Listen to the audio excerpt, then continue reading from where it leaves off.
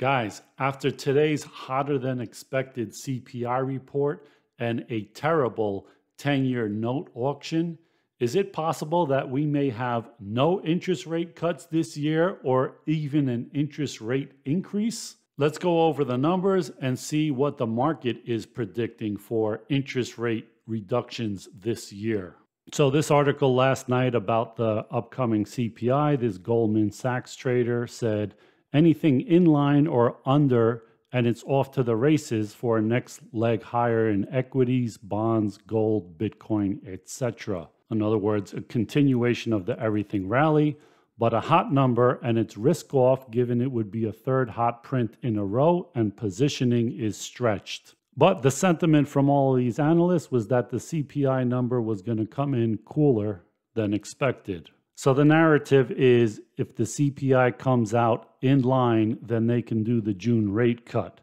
But if it comes out hotter, then the so-called data-dependent Fed has no excuse to be cutting rates again, and they would be unlikely to cut in 2024, as any rate cut during the July 31st meeting, really August, would be seen as too close to the November elections and would prompt howls of outrage from Trump, Republicans, and a majority of the population. And you see the last three CPIs already came out higher than the estimate. And so here's the consensus from all the economists at the different firms, and the only one, Regions Bank, a small bank in the South, had a 0.4% estimate. The rest of them, Citigroup, Wells Fargo, Barclays, PNB Paribas, which is in another list I'll show you in a minute, but they all had 0.3 or even lower, 0.2.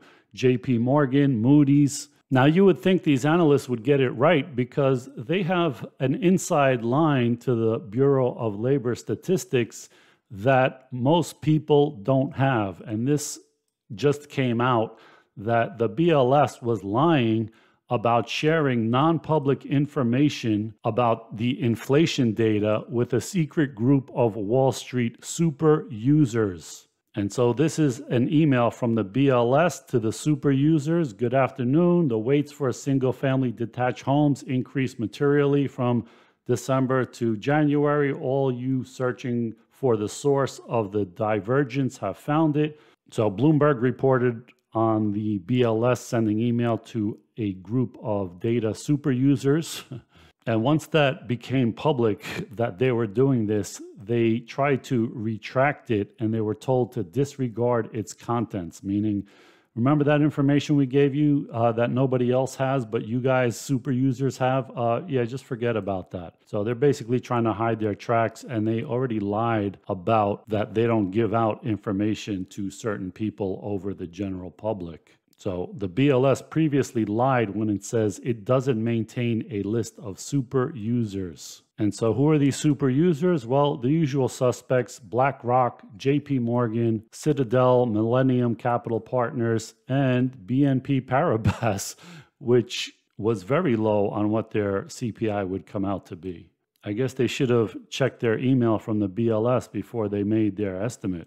And so Emily Lydell, the Associate Commissioner for Publications and Special Studies at the BLS, said the BLS encourages people to ask questions and makes its staff available to engage with the public, but they strive to create equal access to information for everyone. And Zero Hedge says, clearly, granting access only to Wall Street giants is not quite the equitable treatment the agency's woke DEI staffers envisioned. And so she says, obviously, this has been an embarrassment for the agency. The public puts a lot of trust in us to be fair, and our data providers put a lot of trust in us for the data to be secure. It's our goal to repair that trust, admitting that they broke that trust. And so these super users don't just get pointed to links on the agency's website to explain something. They say in at least one case, he shared information that wasn't publicly available at the time related to the calculation for the used cars index within the CPI.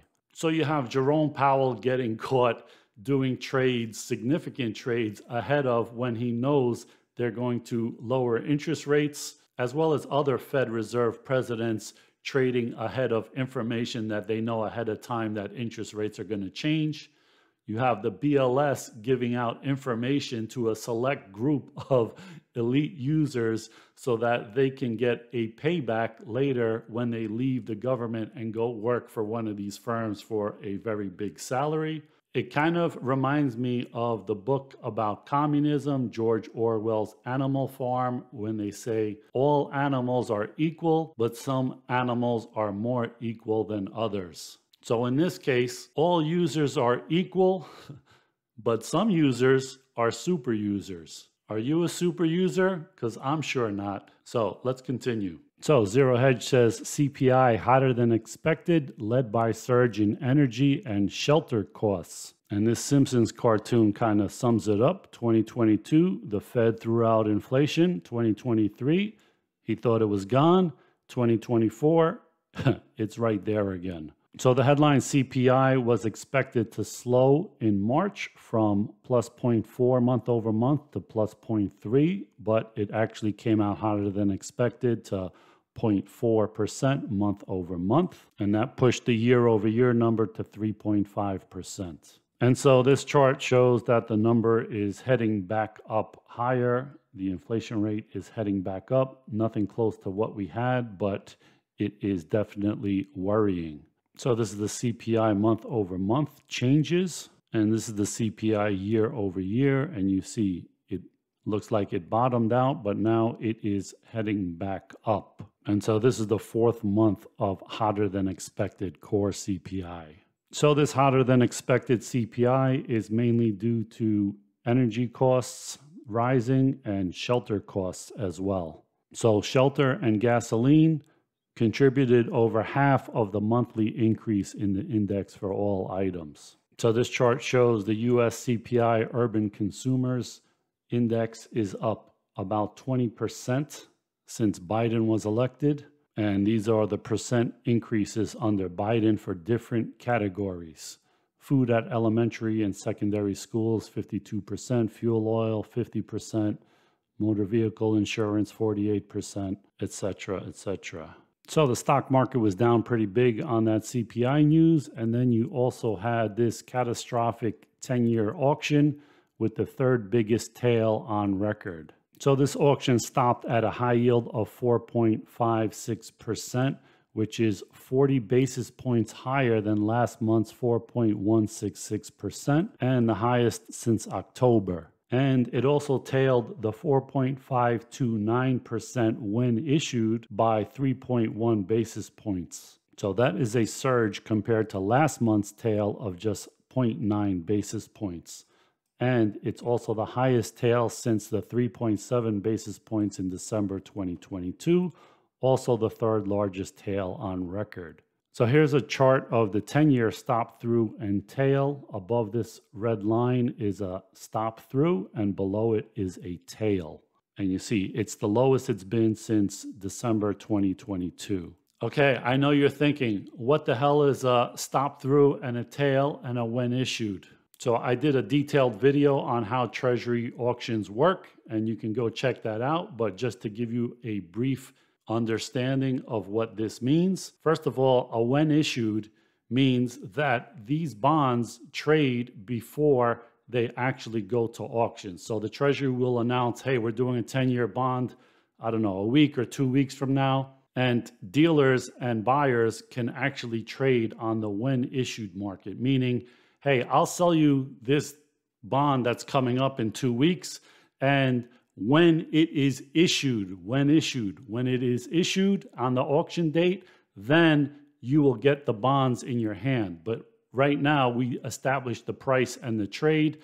And so that is kind of a estimation or prediction of where this thing is going to end at the auction. So imagine this 10-year auction is a week away and dealers start trading it on a when issued basis.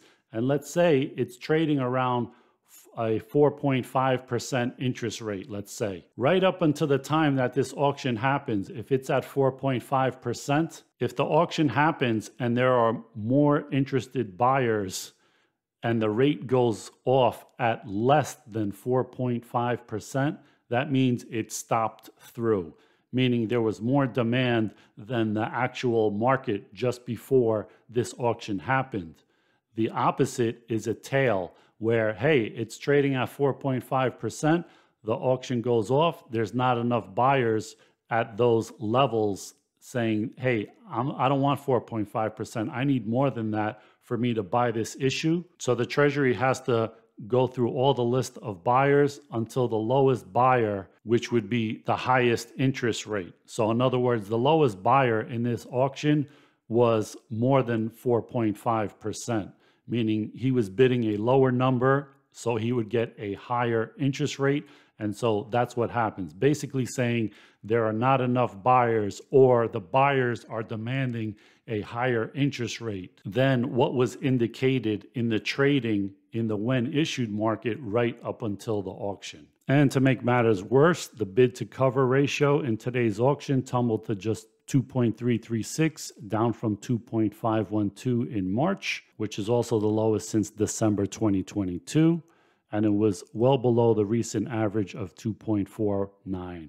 What does this mean? It means for every dollar in treasuries that they want to sell at this auction, there are bidders for $2.50 for each dollar that they're selling. But in this case, it was only $2.336 for each dollar. So the stronger the interest in the auction, the higher the bid to cover ratio is. When that ratio goes down, that means that there are less people looking to buy these. And if you look at who's buying and not buying, you see foreign buyers tumbled from 64.3% down to 61.8%. And that's the lowest since 2023 and far below the 6 auction average of 65.9%.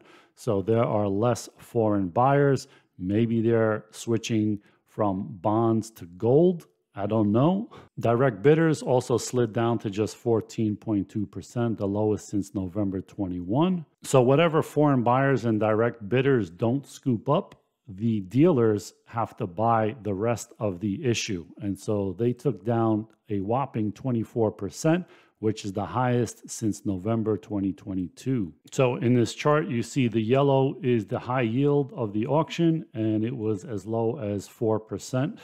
Just in September 23, and now it's up above 4.5%. The bid to cover ratio in black was above 3.5 about 10 years ago. Now it is below 2.5. And so these green lines are the percentage of foreigners buying. So you see it is less than the last few months. Same with the direct bidders in red. And so the primary dealers have to scoop up what's left in blue.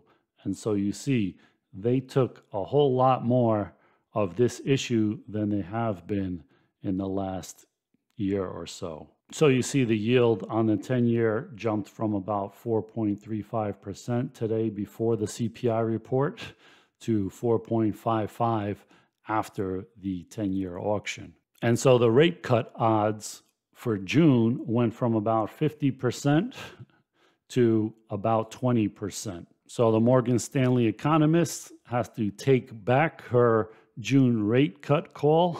She says it's in jeopardy. The upside surprise in core CPI is moving the inflation data further away from the convincing evidence the Fed needs to start cutting in June.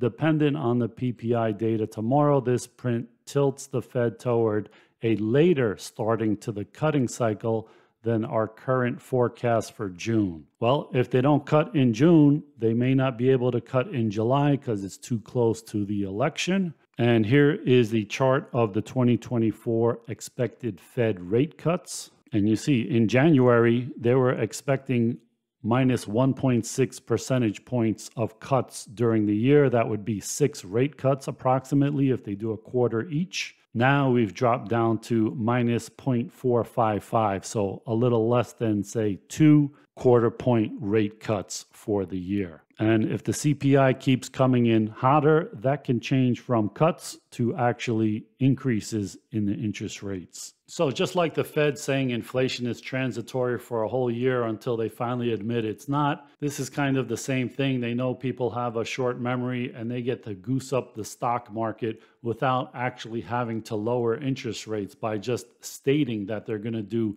6 in 2024. And then a few months later, they lower it to say, well, maybe it's going to be 3. And then Cash Carey comes out the other day, one of the Fed presidents, and says, we may not even need an interest rate cut this year or something along those lines. So they're kind of managing everybody down because they see what these inflation numbers really are. So while the media is trying to gaslight you, telling you that inflation is not that bad and just suck it up, the reality is that inflation is coming back. And if it comes back quick enough, the Fed may have to go from expecting rate cuts to actually doing rate increases. This bad 10-year auction today could be an indication that a lot of investors are starting to change their mind and think that way. So it seems foreign investors are maybe having second thoughts about buying our bonds when they see that we're adding $1 trillion to our debt every 90 days or so. They will either need to demand a higher interest rate on these longer term bonds, or they may be switching some of that money they would have invested in bonds and are now buying gold with it. That may answer part of the mystery of who these gold buyers are that are taking gold to new highs in the last few weeks. Or maybe it's just some firms that got some early information about what the CPI is going to be. I wonder, how many super users does it take to move the price of gold?